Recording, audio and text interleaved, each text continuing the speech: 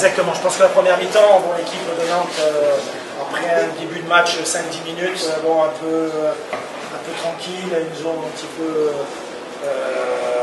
géré un petit peu, ils ont commencé à accélérer, ils ont posé un peu des problèmes jusqu'à un peu avant la mi-temps. Et avant la mi-temps, on a commencé déjà à remettre un peu de pression. Bon, c'est dommage parce que bon, on a vraiment tout essayé en deuxième mi-temps. On ne peut pas dire qu'on ait eu beaucoup d'occasions, mais bon, leur gardien fait quand même 2 arrêts décisifs.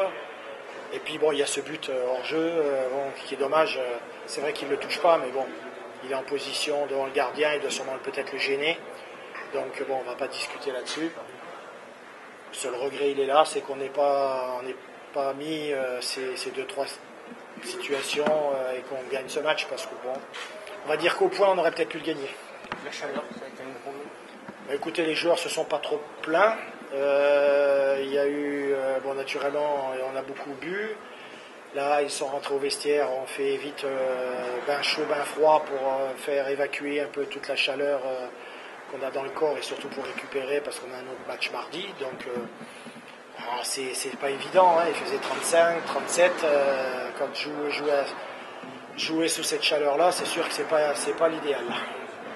C'est pas une bonne pub pour le foot, hein, à faire jouer les matchs à 37 degrés. C'est ce que j'ai expliqué un petit peu. Je pense que bon, à un moment donné, je me suis dit on joue à 17h parce qu'il y a les Jeux Olympiques, mais bon, je me suis mis dans la tête que lundi dernier à Monaco, qui a joué à 20h30.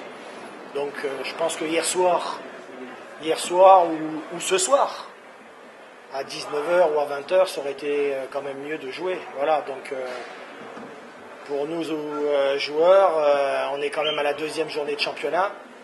On est encore en phase de préparation. Quand tu joues sous 38 degrés, c'est quand même pas l'idéal pour faire de bonnes choses. Et encore, je trouve que le match a été de qualité. Avec Monaco qui est mardi, c'est encore plus difficile. Bon, on aura le temps d'y penser dans la soirée et demain. C'est sûr que bon, il y aura sûrement, vous comprenez bien, sûrement un peu de mouvement dans l'équipe. Bon, on va essayer naturellement de récupérer de la meilleure façon possible. Et puis, aligner la meilleure équipe aussi pour le match pour Monaco, parce qu'il n'est pas question de laisser passer le match. On va jouer comme ce soir pour essayer de le gagner et puis de se qualifier surtout mardi. Oui. Il y était déjà ou pas? Oui, on n'a pas pris de risque, allez, on va dire.